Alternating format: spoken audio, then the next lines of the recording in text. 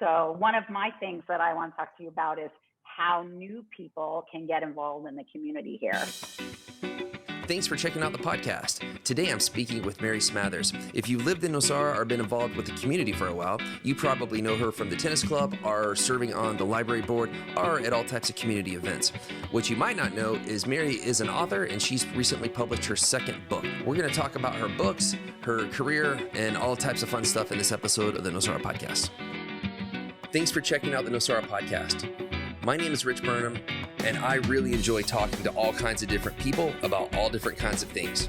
We have many different episodes available on the YouTube channel Rich Burnham, or richburnham.com, that have video, or you can get audio-only versions wherever you get your podcast. My name is Rich Burnham, and the podcast begins now. Mary, welcome to the podcast. It's good to finally have you on. Thank you very much. I'm honored to be here. Can I start with a thank you to you, Rich? I think I really appreciate the journalistic void that you have been filling for a couple years now in Nosara. And I don't know if, I know you know, but I don't know if everybody knows that I wrote for Vosta Nosara and then Vosta Guanacaste for over 5 years. And so I have a fond spot in my heart for journalists and the news and features, and I stopped doing that. I wanted to do some other things. Plus, I was disappointed that the focus left Nosara. I felt like we kind of got forgotten by that entity, even though I'm a very big fan. So I really appreciate what you filled in, and it's so important. The only news we get here is on Facebook pages and from your podcast. Well, and your podcast is a lot more accurate, probably. I appreciate you saying that, but I didn't really know what I was doing. I wasn't really trying to become a journalist. And then Zach thought of the Nosara Times, which we still need to get to. I just got so tired of social media gossip and just the crazy things that I saw. Mm-hmm. And then also the amazing things that I saw not click. And most people are just scrolling through their screens real quick, like, all right, handsome guy or pretty girl or dog or baby, good wave. Like, it's like, everyone's moving so fast. And then whenever the gossip came up, it was always the same topic. Like, it's the same topic, same subject. Or let me say that again. It was always the same arguments over and over again. Year after year, we had the same fights. Right. We fight about water, then we fight about fires, then we fight about funding for this or for that, then we fight about real estate, then we just fight about everything. And I'm okay with us fighting, I really am. I just want to advance the conversation. I want to get started talking about you, because you've become not just a journalist for Voz and that type of stuff. You're now writing books, and I think you just finished your second book. Is that correct? I did. That is correct. Yes. So this is it, In This Land of Plenty. It's my first novel. And my second book, thank you. And my first book, Fertile Soil, Stories of the California Dream, is short stories. I published that over 5 years ago.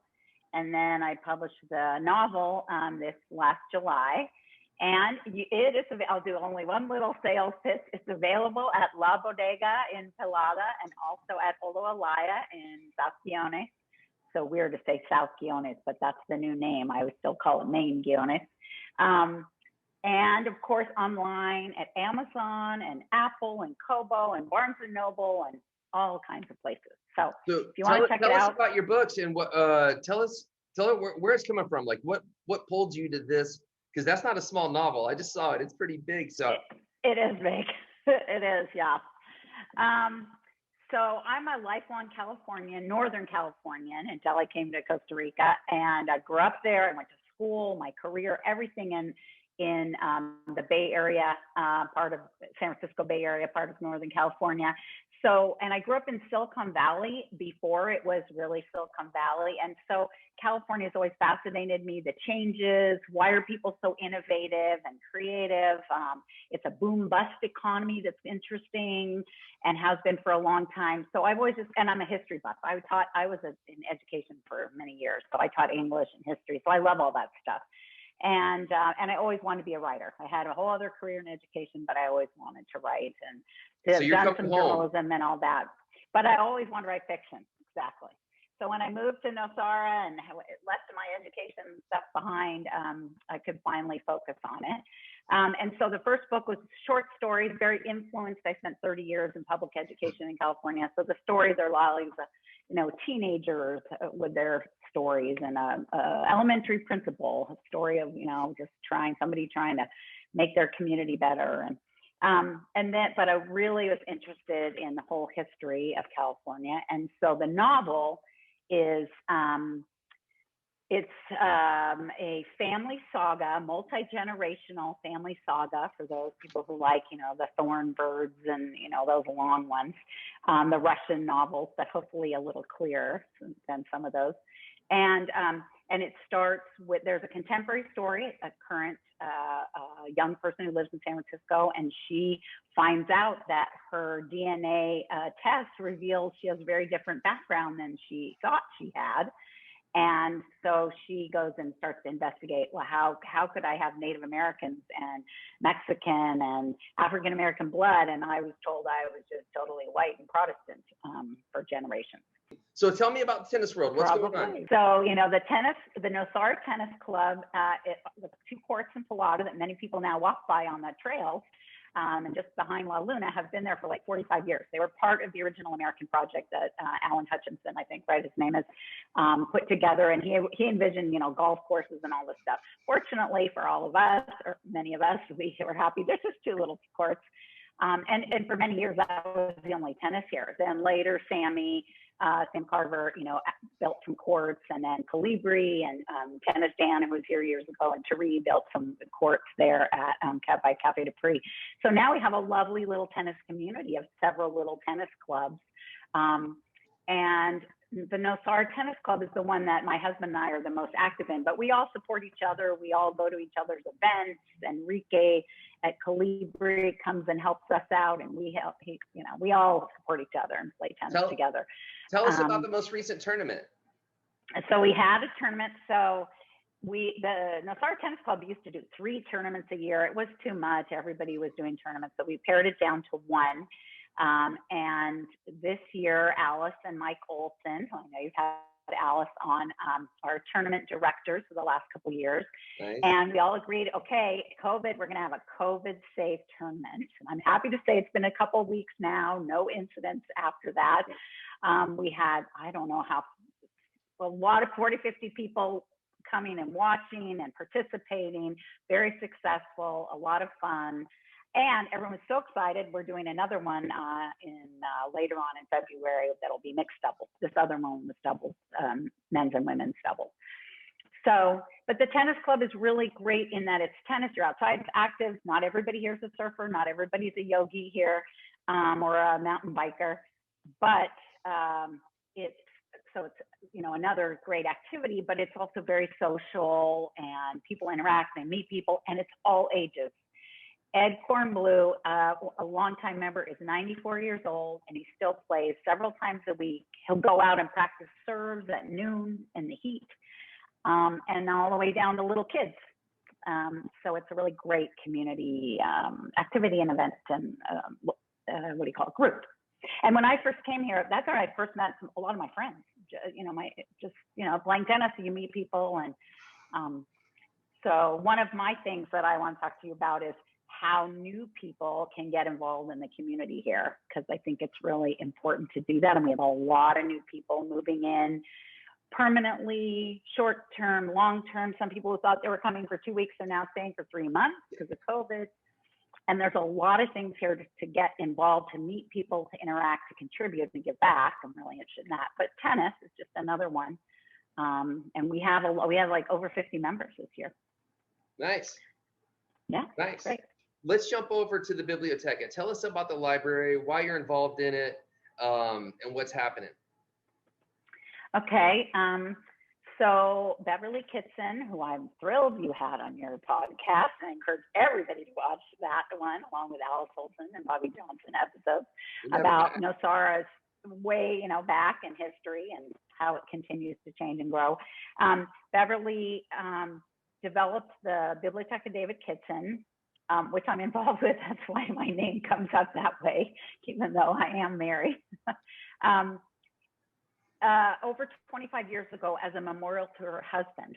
She and her husband worked and lived in all over Central America for their whole careers, and came here as a retirement place, but had come for many years with their kids and all that. And then very sadly, her husband passed away, and she wanted to remember him with something more, as she says, than a park bench next to the soccer field, which somebody recommended. And she said, no, I'm not doing that. And so she put together this library basically all alone. She recruited her friends and neighbors to help fund it. And so she's created this thing for over these 25 plus years with private funds. It's not government funded. She got land donated. She has a building. And then she now has there's a collection of over 15,000 books in there. There's a great place where new people would go to the library, because they're not only in Spanish, they're also in English and in German and probably some other languages, I don't know. So you can go to the library and check something out and then ask about community activities going on around there. It's really become a community center. You live in Ostional, and Ostional's went through a couple of different, is it going to blow up, or is it going to, okay, no, it's not, or is it going to take off? Or then if the bridge gets here, all of a sudden now everybody's going to come. To date, that explosion has never happened. And I want you to talk us through. Yeah, sure. So I bought land, and my husband and I bought land in Ostional over 15 years ago, and our house is 10 years old now, literally, right now. We've been here for a long time, and it's been very sleepy and stayed the same all that time. We were the fourth house in our development 10 years ago, and only one little tiny house went in it since that time. Until now, Rich, the change has come to Ostional. It's amazing. Because we know how much it's changed in Guiones and Nosara and Garza, of course, the other end of the zone. I'm at the north end of the zone, and Garza's grown a lot too, but Ostional has not. And now in my little development, which is right near the main downtown, right near the soccer field and the school and so on, there are 2 brand new homes going in and 1 remodel. So it has a new owner, and they're doing a big remodel. So that's big. And then next door in Mike Cothran's development, everybody knows it as the Big Turtle Gate, Nimbu, that Mike developed that years ago, and it's just been beautiful lots. And now, he was starting to sell them, and now there's 4 homes being built, very, very big homes, and one of them already done, and people moved in full-time. People moved in. So that's a huge change for us here in Ostional. A lot of construction. The good thing is there's jobs. So Ostional, like everywhere, struggles with jobs, but there's a lot of people working in the construction, people coming from San Juanillo and locals here working in the construction.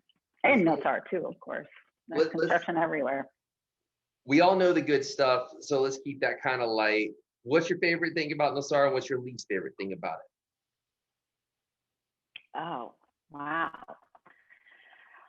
Well, favorite thing. I mean, there's a lot of favorite things. I love the way the community comes together and looks out for each other. It's super diverse, but it comes together and, in these floods or whatever, it supports, one of my favorite things to support is the bomberos. As you know, I've been involved in Taste of Nosara for many years. I wrote about it for years for the newspaper, and then when I stopped writing the paper, I'm like, I'm going to get involved. And so that's one of my example events. Everybody comes together. It's a win-win-win. It's good for the bomberos. Everybody loves coming together. It's good for the restaurants. Because another favorite thing is our amazing restaurants. Yep. We have amazing restaurants. What do you dislike about Nosara? Like, what's the bad side of it? Oh, Nosara. Well, I mean, the growth is kind of uncontrolled. And so we now have traffic, and I am concerned about safety and traffic with people driving too fast and not slowing down and living the Pura Vida way. Maybe some people come here and forget why they're here. That makes sense. So you've been living here mostly for 10 years. You've been coming here for 15. Yep. Are you going to keep coming back, or has it had its day? Oh my God, no, this is one of my homes. I have two homes. I feel very fortunate that I have two amazing homes. I mean, I'm very lucky. And this is, oh no, this is my home. I love it here. I have friends, my community. I'm involved in lots of activities you heard about. It's peaceful and green, and it's a great place to write. Sometimes it's hard, it's a little hot. I have to turn on the air conditioning to keep going and not just want to take a nap. But no, this is one of my homes. Thanks, Mary, very much for coming on. It's a pleasure to have you here. No problem. Thanks so much for all you do, Rich. Really appreciate it. Hey, thanks for watching this episode. We have a whole bunch of episodes on richburnham.com or my YouTube channel, Rich Burnham. And if you want audio only, go to wherever you get your podcast and check out the Nosara podcast with Rich Burnham.